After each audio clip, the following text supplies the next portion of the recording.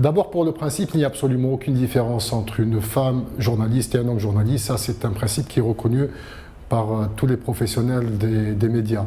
Ensuite, pour ce qui est du travail sur le terrain dans des zones dangereuses ou dans des zones de conflit, les journalistes de la radio ont tendance effectivement à être plus efficaces car le matériel qu'ils utilisent est généralement de petite taille. Mais le problème et le danger vient du fait que ces journalistes travaillent seuls. Par contre, les journalistes qui travaillent pour la télévision travaillent en groupe. Donc, en termes de sécurité, c'est quand même une situation qui est plus favorable.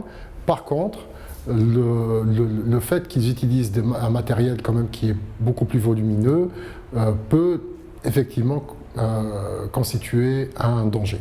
Avant tout, ce qu'il faut savoir, c'est que la gestion du risque pour des journalistes qui travaillent dans des zones de danger, dans des zones à risque, c'est avant tout une question d'état d'esprit. Il y a deux grands ennemis pour ces journalistes, pour ces professionnels de la presse, c'est l'excès d'orgueil et le laxisme.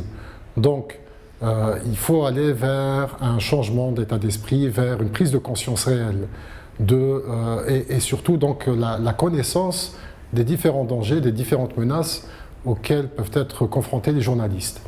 Ensuite, il faut former les journalistes, donc c'est des formations en sécurité professionnelle, essentiellement en planification. Donc la planification permet de réduire le risque considérablement. On dit qu'une mission bien préparée, bien planifiée permet de réduire le risque à peu près 70%, donc c'est déjà un gain considérable. Ensuite, il faut faire en sorte de former les journalistes aussi en secourisme, apprendre à gérer une hémorragie, à gérer des fractures, gérer des brûlures, à faire une réanimation cardio-pulmonaire, c'est quand même assez important pour des journalistes. Et puis, pour des journalistes femmes aussi, on préconise aussi des cours de self-défense. Ensuite, il y a des règles à respecter.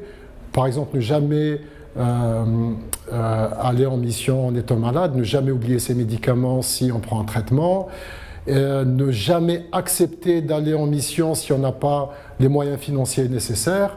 Enfin, c'est différentes procédures qu'il faut appliquer pour travailler dans de bonnes conditions et donc gérer le risque le mieux que possible. Ensuite, la sécurité professionnelle, ce n'est pas la sécurité des journalistes n'est pas simplement l'affaire des journalistes, c'est aussi l'affaire des patrons de presse. Cette prise de conscience que j'évoquais il y a quelques minutes, c'est une affaire, c'est effectivement des professionnels de la presse que sont les journalistes, mais aussi des patrons de presse qui doivent faire en sorte de former les journalistes, de leur donner les moyens matériels et financiers nécessaires pour accomplir leur mission. Ensuite, la connaissance du risque, ce n'est pas uniquement une connaissance qu'on doit avoir quand on est dans une zone de danger, une zone de conflit. Le danger pour un journaliste peut être partout. En prenant un véhicule pour aller travailler, c'est une prise de risque.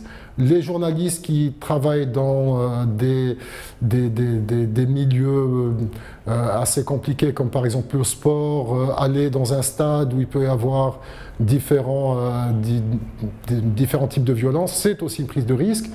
Et encore, c'est assez méconnu, mais c'est réel, les journalistes qui font de l'investigation sont aussi peuvent être confrontés à différents dangers.